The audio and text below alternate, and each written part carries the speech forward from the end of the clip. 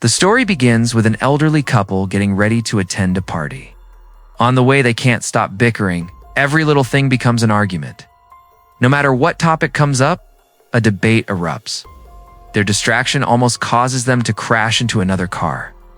When they finally reach their son's house, Larry discreetly hides a bandage on John's hand under his shirt and reminds him, "Today, you need to tell the whole family about your cancer." John hesitates, saying he just needs one more day, wanting to avoid ruining the party. The family greets him warmly. John's parents had been married for 65 years.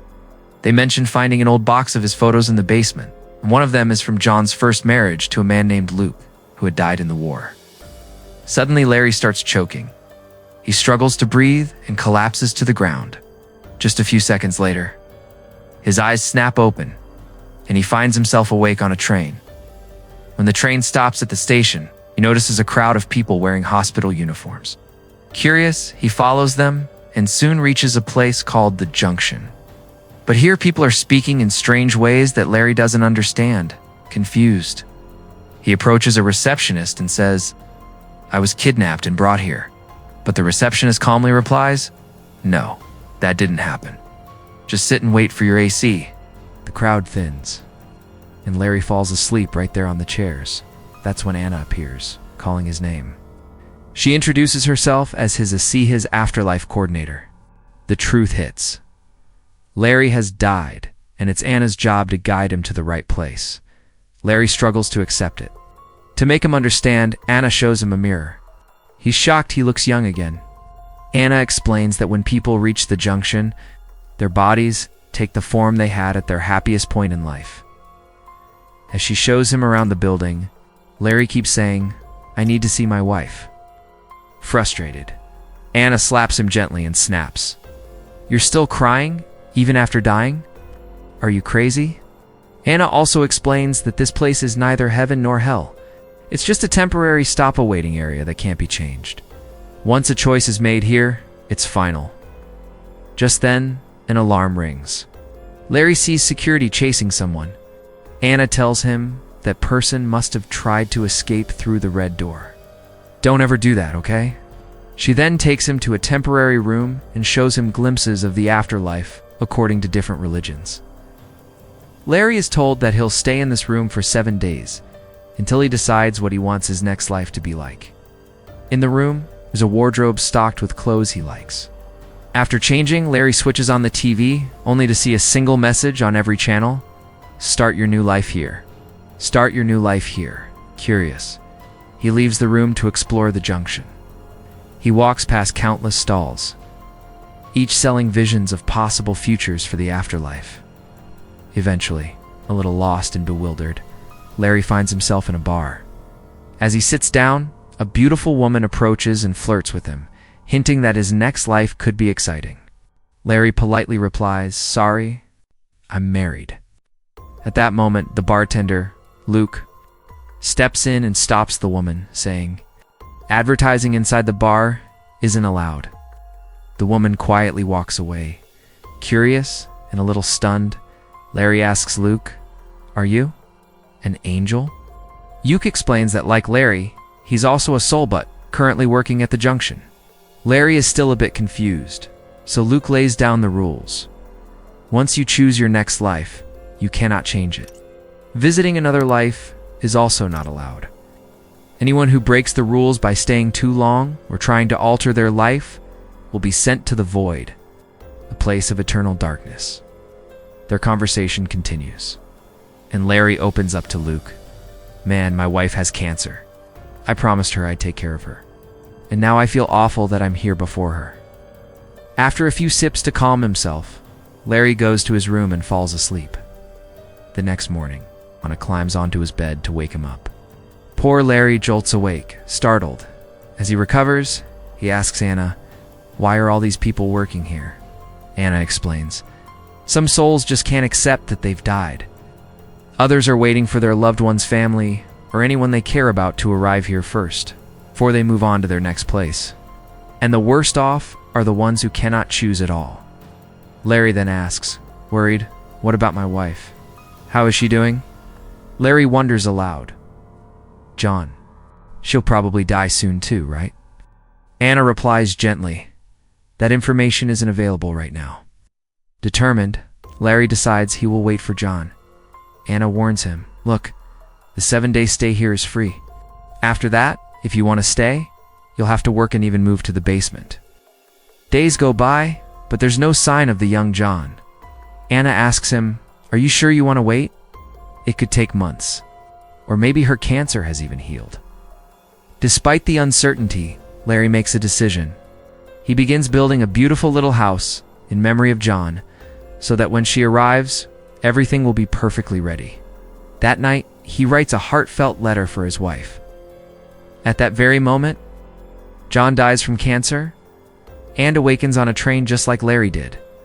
The next morning, Anna is taking Larry toward his next life. Larry hands her the letter, insisting, give this to John. But Anna warns, that would break the rules. If I can, I'll try, but I can't promise anything. Larry heads toward the station and John steps off her train. On the escalator, he sees his wife, but she doesn't notice him. Distraught, Larry turns back. Meanwhile, John sees her own young reflection in the mirror. When they finally meet, they embrace lovingly. John, already aware that she has died, scolds Larry, who dies like this. Are you crazy? Can't you pay attention? Just then, Ryan arrives, John's afterlife coordinator. He takes John away from Larry and brings her to her first husband, Luke, who has been waiting for her for 67 years. Seeing Luke, John becomes extremely emotional, but Larry jumps in, trying to reassure her, it's okay. People die. It's normal. Come on, baby, let's move to your world. I've already chosen your new life for you. John is completely confused, not understanding what's happening. Soon, it becomes clear. She has to choose between her two husbands. The one she picks will be with her in her next life, where she can build the life she desires.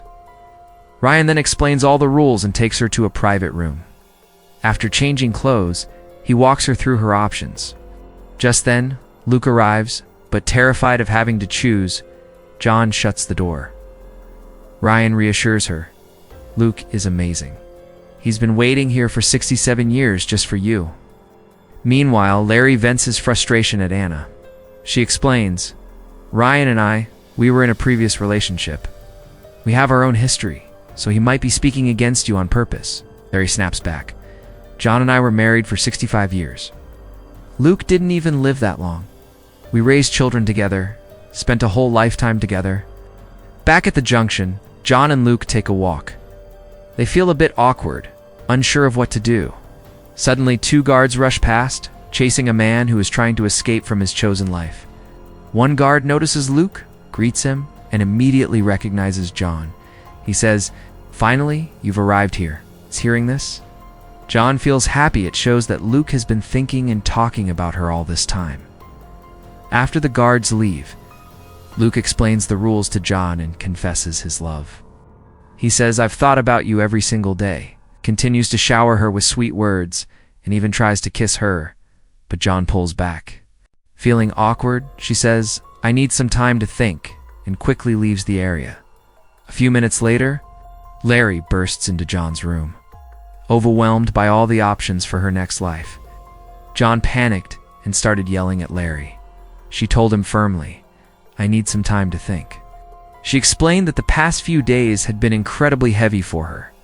After Larry's death, her best friend had passed away too. This made Larry a little happy, mostly because he never really liked her best friend that much anyway. Larry remembered how Scott had always calmed John down. Now, as a young version of himself, he felt the strength in his body, again a sensation he hadn't experienced since getting older. It made him feel amazing. Meanwhile, Larry was eating something, and again the food got stuck in his throat. John panicked, but Larry just laughed. Relax. I'm dead anyway. I'm just joking. Yeah. He then lay back comfortably on the bed, ready to relax. But John wasn't having it. She kicked him out. Poor Larry had no choice but to return to his basement room. On his way back, he noticed a board promoting a show by the late singer Dean Martin, someone John loved dearly. Larry immediately asked Anna to arrange a performance for her. When Larry entered his new room, he was shocked at how tiny it was. The next morning, he took John to the waiting area. Anna had brought the singer to perform, and she was playing the piano herself, but the man behaved oddly. He even fell down the stairs. That's when they realized this wasn't the real Dean Martin, just an impersonator. Even in the afterlife, some people kept pretending. John was disgusted. Luke quickly came to the rescue, pulling the impersonator away and punching him. With Ryan's help, Luke tried to give John flowers. But Larry couldn't stay quiet this time, he interrupted, yelling, "This is cheating. How are you giving her flowers like that?" Larry tried to give a gift, but once again, the two men started arguing. John, now furious, finally shouted at them, silencing them both. After that, she took Anna and Ryan to her room and unleashed her anger on them for quite a while. Frustrated, she exclaimed, "Someone figure out a way. How am I supposed to make this decision?" The coordinators made a long phone call. They were clearly breaking some rules. The case is a bit special. That's why we've been granted a special visa.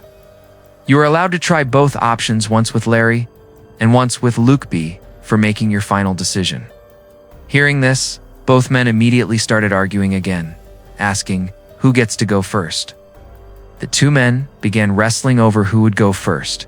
John, losing her patience, shouted again, "Fine. We'll toss a coin to decide who goes first." The arguing restarted immediately, but this time Ryan stepped in and stopped them. Larry flipped a coin and Luke won.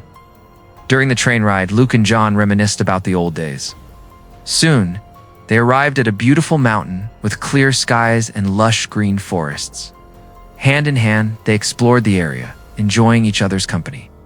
In the evening, they had dinner at a restaurant.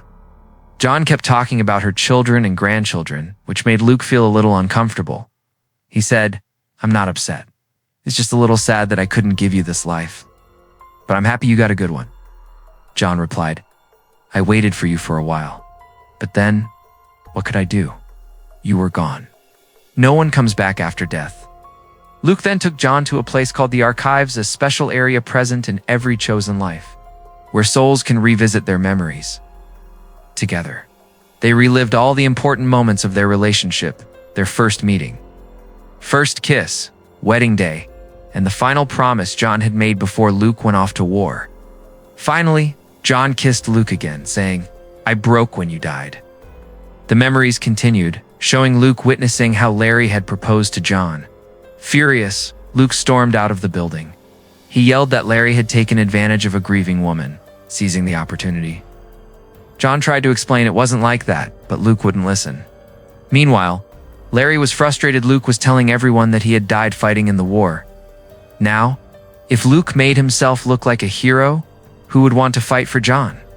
Larry feared she might choose Luke over him. Anna advised him, "Remind John why she loves you." Larry admitted, "I don't even know why she loves me. But I know one person who might be able to tell me."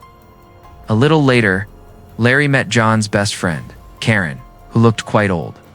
She told him, "My happiest days were after my husband died, because that's when I could finally live my life freely. At first, I didn't like you at all. But over time, I started liking you." Larry shrugged. "I don't care about that.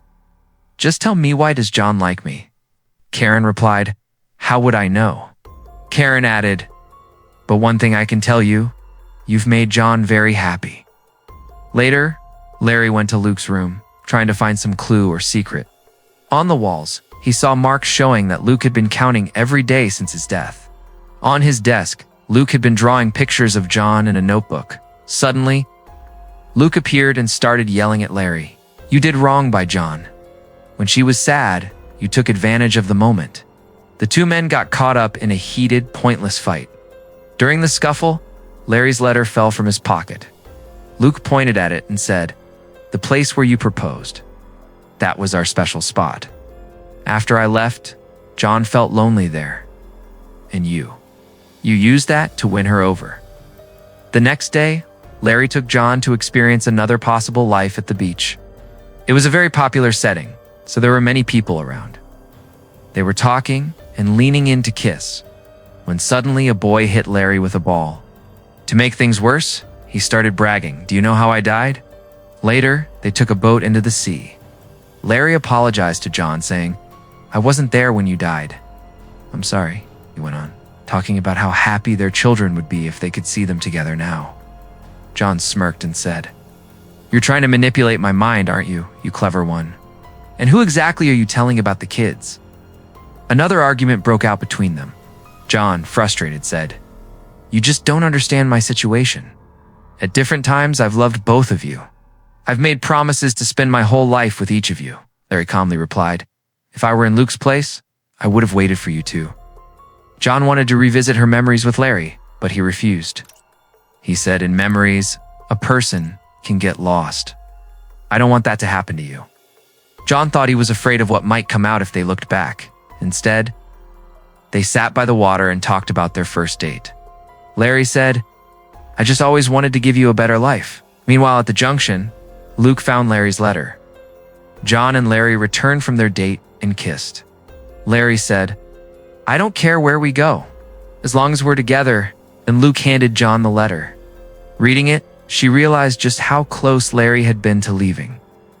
He had stopped only when she saw him at the last moment. This sparked yet another argument. John called Larry selfish. Larry shot back, "I was your second choice too.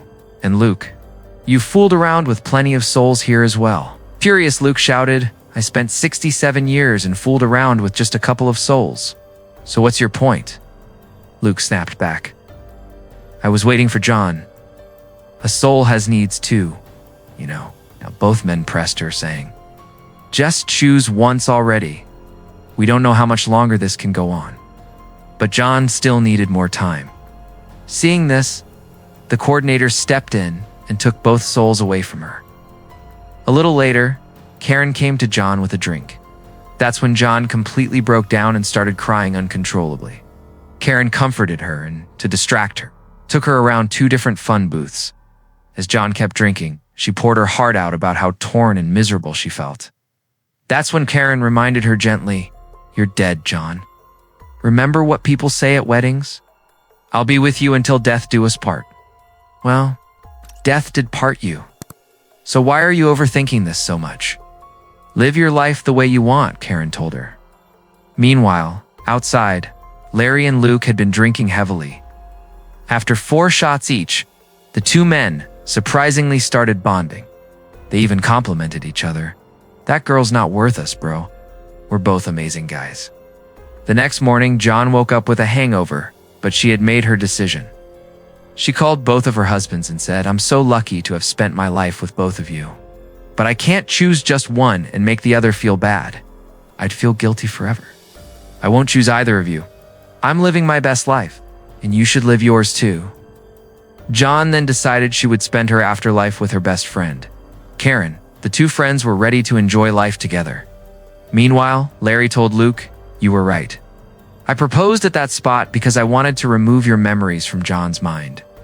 Maybe I even died because I saw your wedding photos. Seeing the life you lived with John made me a little jealous too." Then Larry remembered how in the junction, everyone's body reflected the happiest moments of their life. John looked like she did when she agreed to marry Luke, and Larry looked like he did when John was pregnant with their second child. This realization hit him suddenly.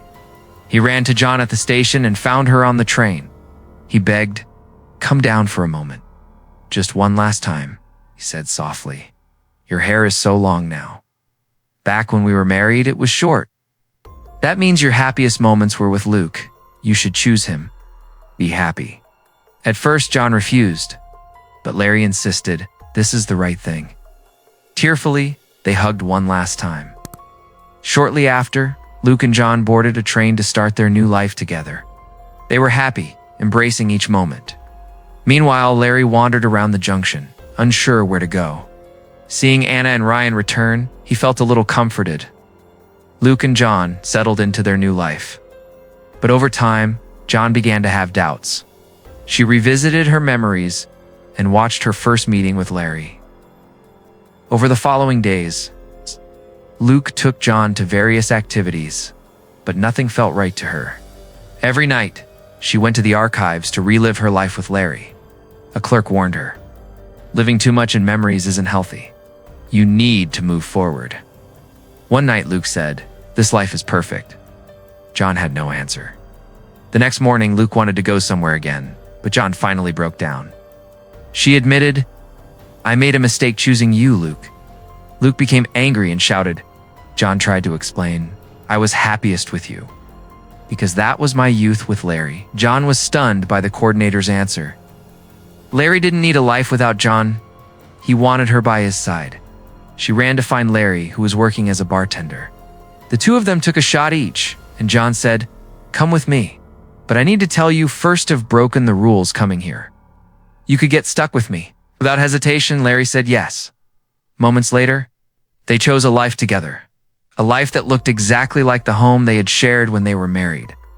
In the same neighborhood where they had spent their entire lives. If you liked the story, don't forget to hit the like button. Subscribe to the channel and stay tuned for the next video. And that wraps up today's story. Now we want to hear from you. Where are you watching from? Drop your city or country in the comments, and let's see how far these stories reach. If this story moved you or gave you chills, give it a like, share, and subscribe for more powerful stories. One last thing, rate the story from 1 to 10 in the comments. Your feedback helps us bring you even better ones next time. Thanks for watching. We appreciate you being part of this storytelling journey.